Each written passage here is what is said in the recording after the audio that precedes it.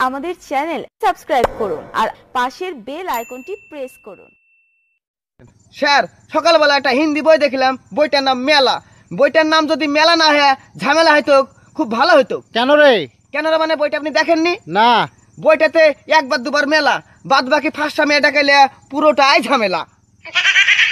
ফচকা, কি আজকে সিনেমা হলে যে বইটা চলছে বইটার নাম কি রে? সাইকেল ধর মুইতে আসি। এরকম আবার কোনোদিন নাম হয় নাকি বইয়ের? হ্যাঁ হয়। ওই লোকটাকে শুধানু বইয়ের নাম কি, ওই লোকটা আমাকে সাইকেল হাতে ধরি দিয়া লোকটা বললো সাইকেল ধর মুইতে আসি। আচ্ছা ফচকা, বলতো কি ভারত কত সালে দেশ স্বাধীন করেছিল? এটা আমি পারবো না স্যার, আপনি বলুন। আমি বলবো না, শোন, কি আজকে বাড়ি গিয়ে 2-3 বার করে পড়বি, ঠিক আছে? কালকে কিন্তু পড়া নেবো আমি। 2-3 বার পড়লে কষ্ট হবে না? না রে না, পড়লে আবার কষ্ট হয়। আচ্ছা ঠিক আছে। কিরে ফচকা, খোঁড়াচ্ছিস কেন তুই? আপনার জন্যই তো এই অবস্থা আমার। আপনি বললেন না ভালো করে পড়বি, তাই সকালবেলায় আমি পড়ে থেকে পড়লাম, ভালো হয়নি। দুপুরবেলায় আবার ছাদ থেকে পড়েছি, মোটামুটি এইখানে লাগলো। রাত্রিরে কি করেছি জানেন? পাকা রাস্তার গুলো নিম গাছ একেবারে উঁচু জায়গায় উঠে ওখান থেকে পড়েছি, একেবারে পাটা পুরো শেষ আমার গো। আপনার কাছে আর আমি পড়বো না গো। এই ফচকা, এদিকে আয়।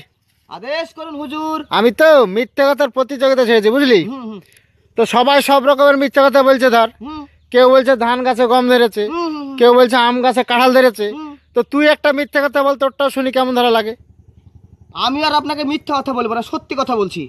এক্ষুনি আমার রাস্তার ধার দিয়ে আসছি, দেখছি 8 থেকে 10টা মেয়ে ছিল এক জায়গায় বসে আছে, তো একবারে চুপচাপ একটা কথা বলছে না।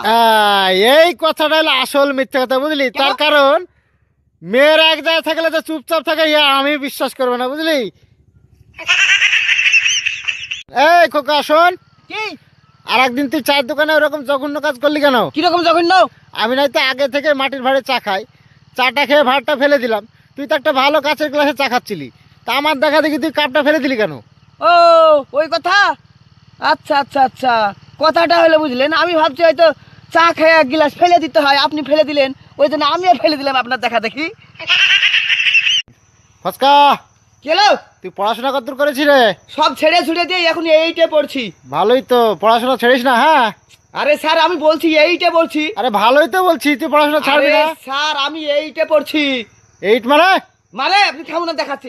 এই দেখুন স্যার, আমি এইটে পড়ি, এইটে। ও ও 8 মানে কি জানে না, আর তখন থেকে বক বক বক বক করে যাচ্ছে। বলতো ফচকা, কি মুরগি আগে না ডিম আগে?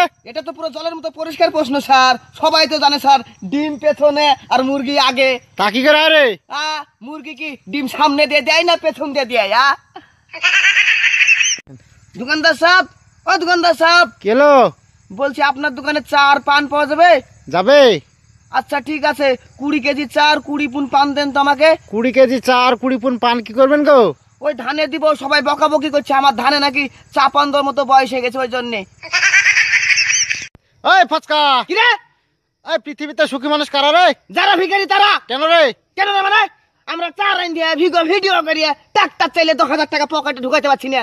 আর ভিখারিরা কি বলে জানেন? এই শুনো খোকা, আমার একটা মেয়ে আছে, ভালো জামাই থাকলে বলে ধনি 2-3 লাখ টাকা ক্যাশ লাগলে দিব। হ্যাঁ গো, ভিখারি ওরা না আমরা গো। এই ফচকা, কেন? এই তুই কি কাজ করিস রে? রাজমিস্ত্রি কাজ করি, রাজমিস্ত্রি। এই ইট না ভেঙে আমার একটা ঘর করতে হবে, পারবি? ইট না ভেঙে ঘর করবেন? হ্যাঁ। আপনি কি কাজ করেন? আমি দর্জির কাজ করি। আমার একটা জামা তৈরি করতে হবে, ছিট না কেটে পারবেন? নিজেই তো জানেন, আবার পরকে জিজ্ঞেস করতে হয়েছে।